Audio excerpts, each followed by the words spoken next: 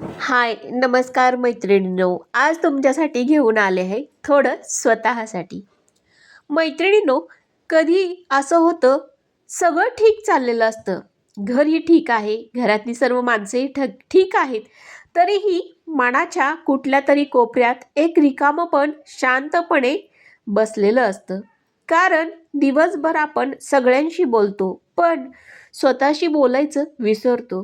कधी मुलांच्या काळजीत, कधी नात्यांच्या काळजीत आणि या सगळ्या गडबडीत आपलीच स्वप्न, आपल्याच इच्छा हळूहळू आवाज कमी करत जातात.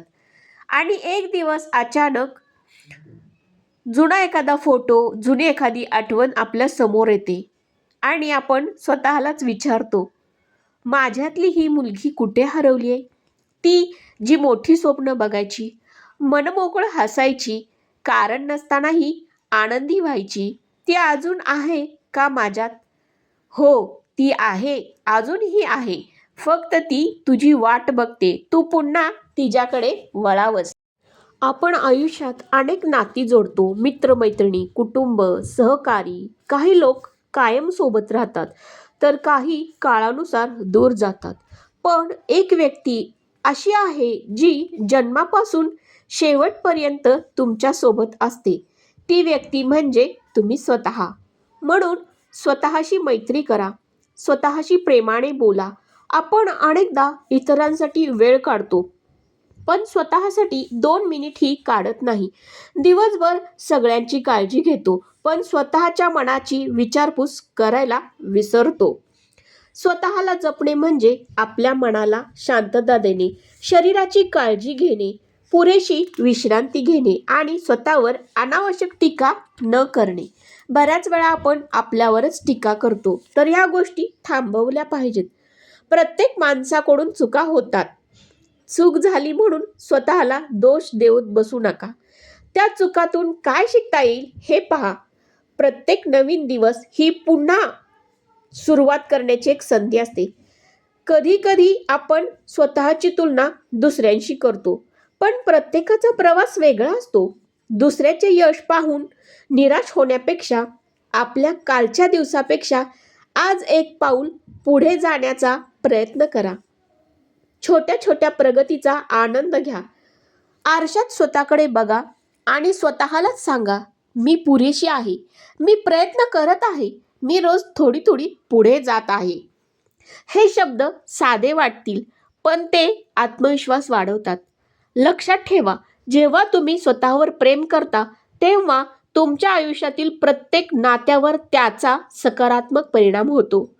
आज स्वतःला एक वचन द्या, मी स्वतःची काळजी घेईन, माझ्या मनाचा आदर करीन, माझ्या स्वप्नावर विश्वास ठेवीन आणि कोणत्याही परिस्थितीत स्वतःची साथ सोडणार नाही. कारण आयुष्यभर तुमच्यासोबत राहणारी सर्वात खास मैत्रीण म्हणजे तुम्ही स्वतः.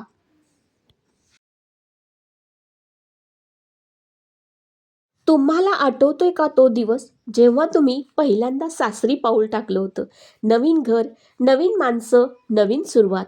मनात एक वेगळीच उभ होती. वाटलं होतं, हे माझं नवीन घर आहे, हे माझे नवीन लोक आहेत, मी यांच्यासाठी सगळे करीन, हे मला मानतील. पण त्या घरात राहता राहता काही दिवसात, काही महिन्यात किंवा कदाचित काही वर्षात एक गोष्ट हळूहळू लक्षात येते, सगळेच आपले नसतात. आणि हे समजलं की मन विचारतं, मग चुकलं कुठं? मी कमी पडले का? आणि आणखीन काही करायला हवं होतं. आपण सगळं केलेलं असतं, फक्त आपण स्वतःला विसरलेलो असतो. स्वतःला शोधा, स्वतःवर प्रेम करा. मैत्रिणींनो, हा विचार आवडला असेल तर तो आपल्या आयुष्यात नक्की उतरवा. स्वतःवर प्रेम करा, स्वतःला जपा आणि सतत हसत राहावा. मैत्रिणींनो, तुम्ही तुमच्यातली स्वतःला शोधलत का? का अजूनही शोधण्याचा प्रयत्नच करत आहात? बघा, खरंच आरशासमोर एक दिवशी उभा राहावा आणि स्वतःलाच विचारा, मी काय करायला पाहिजे होतं आणि मी काय केलं आहे? मी स्वतःला खरंच विसरले आहे का? आणि स्वतःला शोधा. स्वतःतली ती स्वतःची खास मैत्रीण शोधा. कारण आयुष्यभर तुमच्यासोबत राहणारी सर्वात खास मैत्रीण म्हणजे तुम्ही स्वतः आहात. तुमचं स्वतःचं आरोग्य आहे. तुमचं स्वतःचं आरोग्य उत्तम असेल तर तुम्ही घरातल्या प्रत्येकाची काळजी घेऊ शकता. आणि त्यासाठी स्वतःला अगोदर स्वतःवर प्रेम करावं लागतं. स्वतःच्या आवडी जपाव्या लागतात. स्वतःच्या आरोग्याची काळजी घ्यावी लागते. तरच मैत्रिणींनो आपण इतरांची काळजी घेऊ शकतो. स्वतःला जपा, त्याचा नक्कीच बघा तुमच्या इतर नात्यांवर सकारात्मक परिणाम होईल. मैत्रिणींनो, तुम्हाला माझे व्हिडिओ आवडतात का? हा विचार कसा वाटला नक्की मला कमेंट्स करून सांगा. आणखीन तुम्ही स्वतःसाठी काय काय करता या गोष्टी शोधा आणि मला कमेंट करून घ्या.